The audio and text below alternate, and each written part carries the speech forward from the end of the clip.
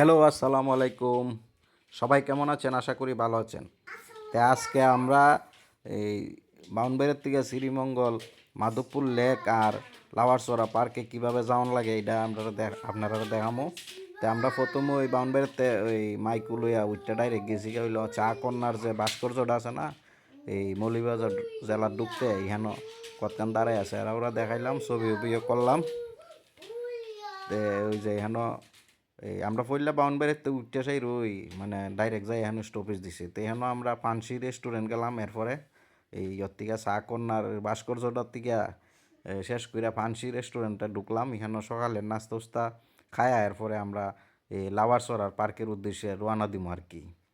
তো এই যে আপনারা দেখতেছেন এটা এই পানসি রেস্টুরেন্ট, সিলেটের বা শ্রীমঙ্গলের মৌলভীবাজারের মধ্যে এই পানসি রেস্টুরেন্ট অনেকগুলা শাখা হয়ে আছে। এটাই কিন্তু মানে এই মৌলভীবাজার বা শ্রীমঙ্গলের মধ্যে পড়ছে। এতে আমরা ভুনা খিচুড়ি আর এই মাংস টাংস সাথে লইয়া সকালের নাস্তাটা সারলাম সবাই লইয়া। আমরা মোট গাড়ি আছি তিনটে আর কি। আমরা বন্ধু বান্ধব যারা আছি গেলাম ওইখানে আমরা এই যে সবাই এই সাইডে বইছে, বইয়া সাইরা ওখানে নাস্তা করতেছে।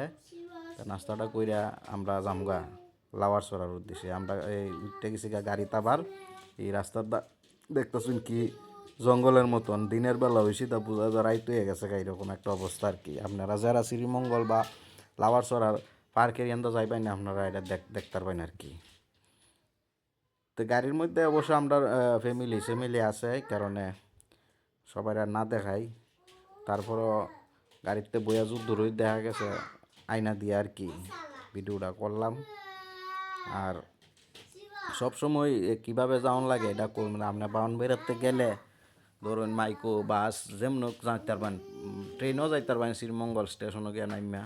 আচ্ছা যাক, অবশেষে আমরা লাওয়ারচরা পার্কে আই পড়ছি।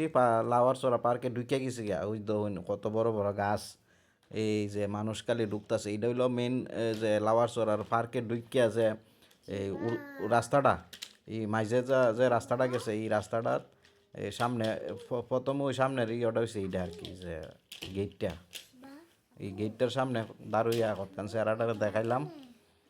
এই যে লাওয়ারচরা এই যে দেখছুন এই সাইনবোর্ডটা হইলো মানে আসল আর কি। ভিতরে কিতা আছে না আছে এটা দিকে লাভ নাই, এখন এটা সামনে যায় ছবি তুলতে লই মনে হবো এটা জানি কিতা।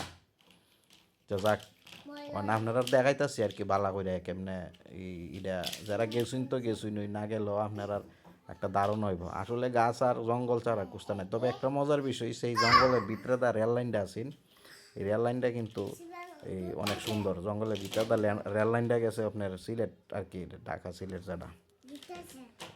যাক আবার এটা দেখেও কেউ অবশেষে আই ফুটছি এখন ইয়ত মাধবপুর লেক। তো লাওয়ারচরার থেকে আমরা শেষ করিয়া এটা অনেক দূর, এরপর আমরা মাধবপুর লেক যেখানেও গেট আছে, গেটও 20 টাকা করে টিকিট লাগে। ঢুকিয়া গেলাম গা এই গেট দিয়ে ঢুকিয়া। তবে লাওয়ারচরার থেকে মাধবপুর লেকটা আমার দ্বারা একটু ভালোই লাগছে।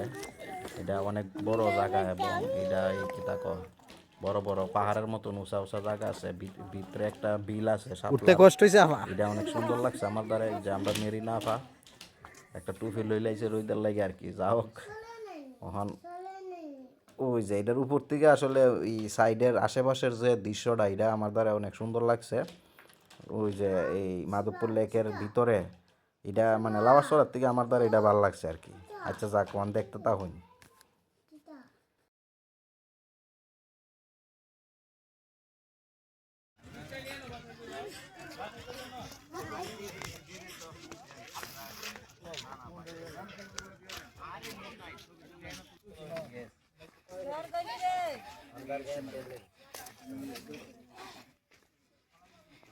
আমার কাছে আছে